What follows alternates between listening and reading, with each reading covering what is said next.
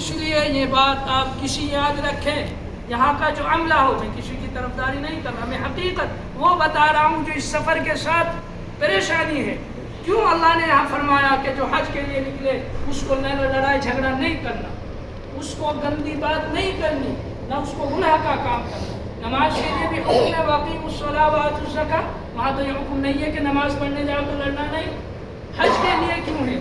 اس لیے کہ حج میں جب آدمی نکلا ہے، اللہ کو معلوم تھا اس راستے میں پریشانیاں ہیں، حالات آئیں گے، ایک ساتھی ایسا بھی ملے گا جس سے کبھی کوئی تعلق نہیں، کوئی واقفیت نہیں ہے، اس کے ساتھ رہنا بھی ہوگا، ہو سکتا ہے اس کا مزاج ہمارے مزاج سے میل نہ کھائے، نہ ملے، پریشانی آئے، تو اس پریشانی کا آپ حل نہیں ہونا، ولا جدال، جھگڑنا نہیں، صبر کرنا ہے۔ اور صبر یہ نہیں کہ لوگوں سے چرچا کرتے پھرو، اس سے تو کچھ نہ کہو، لوگوں میں سب چرچا کرو، بس کسی سے تکلیف پہنچی دل کے اندر اس کو دبا لیا، صرف اللہ کے لیے، اللہ تیرے گھر کی زیارت کے لیے آیا ہوں، میں لڑنے جھگڑنے کے لیے یہاں نہیں آیا۔ یہ ہے ولا جدال، یہی ہے۔ اس لیے اگر یہاں سے جائے کہ جی برائی آ رہی جی کیسا جی کیا کہے، اچھا رہنے کو نہیں، اچھا کھانے کو نہیں، پینے کو نہیں، ہم سے پیسہ لے لیا۔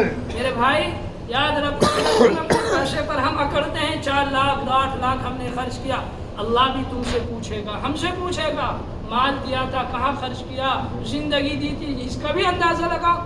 اگر ہم یہاں نرمی نہیں برتیں گے، ہم اللہ کے یہاں سختی میں گرفت میں آ جائیں گے۔ اللہ میں نہیں پکڑے گا جب تم میرے مہمان بن کر آئے، اور پیسے کا تم نے ان کو روب دکھایا، ہم نے تمہیں اتنا پیسہ دیا، چل بتا میں نے تجھے زندگی دی، کہاں اس کو خرچ کیا؟ آج میرے سوال کا جواب دے، جب تم میرا مہمان بن کر آیا تو نے سارے میں بدنام کیا، چرچے کیے، لوگوں کو بدگمان کیا، اور اب بتا تو نے زندگی کہاں دی؟ کیا جواب دے دیا؟ اگر اللہ پکڑ لے، مال دیا کس کا دیا تھا؟ کیا میری میزبانی کا تھا؟ میں اللہ کے مہمان بن کر آئے، اللہ یہ نہیں پوچھے گا؟ میزبان پر انگلی اٹھاتا ہے، میزبان کے عملے پر انگلی اٹھاتا ہے، کیا تو نے جو جس کام کے لیے آیا تھا وہ اچھی طرح نے ادا کی؟ سوال ہم سے بھی ہو سکتا ہے۔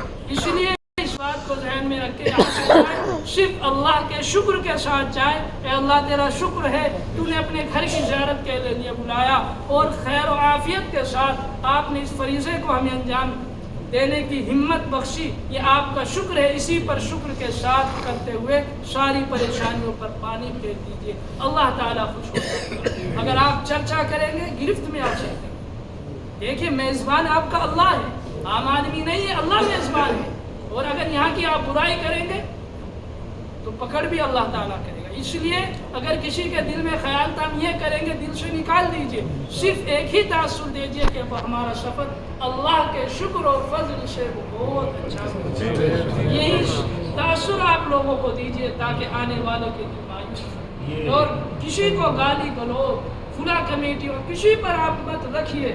میں آپ سے کیونکہ مسئلہ بھائی ہمارے حج کا ہے، کہیں ہم گرفت میں نہ آ جائیں۔ ایک بات تو آپ یہ خیال میں رکھیں، اگر کسی دوسری بات یہ ہے کہ ہم ساتھ میں رہے، ہو سکتا ہے کسی سے ایک دوسرے کو تکلیف پہنچی ہو، پریشانی ہوئی ہو، تو بھائی یہ ہے کہ ہم جب جائیں تو اب آپس میں سچے دل سے، آج نہیں ہے، سچے دل سے یہ کہے کہ بھائی آپ مجھے معاف کر دو، معافی تلافی کر لو، اور اچھا ہے۔ اس لیے کہ جب ہم رخصت ہو رہے ہیں، بیچارہ کوئی کہاں کا تھا، کوئی کسی سے لے کر تھا، زندگی میں ملاقات ہونا ہو، کہیں ایسا نہ ہو کہ ایک دوسرے سے تکلیف لے کر ہم چلے جائیں۔ اس لیے میں سب سے پہلے میں آپ لوگوں سے معافی مانگتا ہوں، بھائی میری کسی بھی بات سے، کسی انداز سے، کسی بھی طریقے سے تکلیف میرے ذریعے سے پہنچی ہو، بھائی آپ اللہ کے واسطے معاف کر دیجیے، کسی بھی طریقے سے۔ تیسری بات یہ ہے، ہم یہاں سے جا رہے ہیں، ہم نے یہاں کچھ مسائل میں مسلک کے اعتبار سے ہم نے کچھ مسائل کا سامنا کیا ہے۔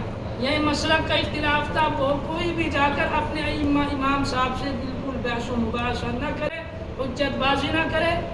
مسلک کا اعتبار ہے، عالم ہی جانتے ہیں کہ کیا ہے، ڈاکٹر ہی جانتا ہے کہ آپریشن کیوں کرتا ہے، سب کو معلوم ہے، جو جس کا ماہر ہوتا ہے وہی اس کو جانتا ہے۔ اس لیے کوئی بھی جا کر حجت بازی اپنے معذرات سے یا مساجد میں بالکل بھی نہ کرے۔ وہ بات کے بتا رہا ہوں جو عام طور سے لوگ کرتے ہیں جانے کے بعد، کہ ہم نے وہاں تو ایسی جگہ وہاں یہ دیکھا، آپ نے وہاں کیا دیکھا، یہیں چھوڑ دیجیے، اب آپ وہاں کیا کر رہے ہیں، آپ کو وہیں کے حساب سے چلنا ہے۔ تیسری بات یہ ہے ہم یہاں سے گناہوں سے پاک ہو کر جا رہے ہیں، یاد رکھو اللہ تبارک و تعالی فضول خرچی کرنے والوں کو، اسراف کرنے والوں کو بالکل پسند نہیں کرتا۔ ان المبذرین کانوا اخوان الشیاطین۔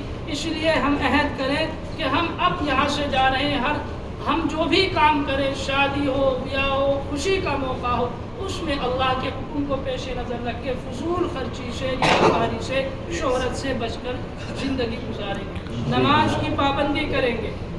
یاد رکھو اگر آپ نماز کی پابندی نہیں کریں گے، کوئی کہیں گے لو جی حج کر کے آئیں گے، لو جی نماز ہی نہیں پڑھتا ہے، اللہ نے بلایا تھا، ہو سکتا ہے وہ آپ سے بدگمان ہو جائے۔ اس لیے نماز کی پابندی۔ اور تیسری بات میں آپ سے کہہ دوں بھائی، اپنے ہر آدمی اپنے یہاں جا کر اپنے مسجد کے عالم کے پاس تھوڑا سا وقت لگائے، ان کے پاس بیٹھ اور ان سے 5 منٹ ہی جا کر کے دین کی بات سیکھے۔ اللہ کے نبی صلی اللہ علیہ وسلم نے فرمایا علیکم بمجالس العلماء، علماء کی مجلسوں کو لازم پکڑ لو، وہاں سے کچھ نہ کچھ دین کا فائدہ لے کر تم کھڑے ہو۔ اس لیے آپ سے میری درخواست ہے کہ آپ اپنے ائمہ حضرات کے پاس 5-10 منٹ لگا دیں، ان کے پاس اس نیت سے، اس لیے نہیں کہ ہم ان کے عیب دیکھیں کہ جی فلاں لیٹتا ہے، فلاں سوتا ہے، بلکہ اس لیے کہ مجھے اس سے دین کی بات کوئی سیکھنی ہے۔ بھائی یہ باتیں میرے ذہن میں تھی، اللہ تبارک و تعالی ہم سب کو کہنے سننے سے زیادہ عمل کی توفیق عطا فرمائے۔ سبحان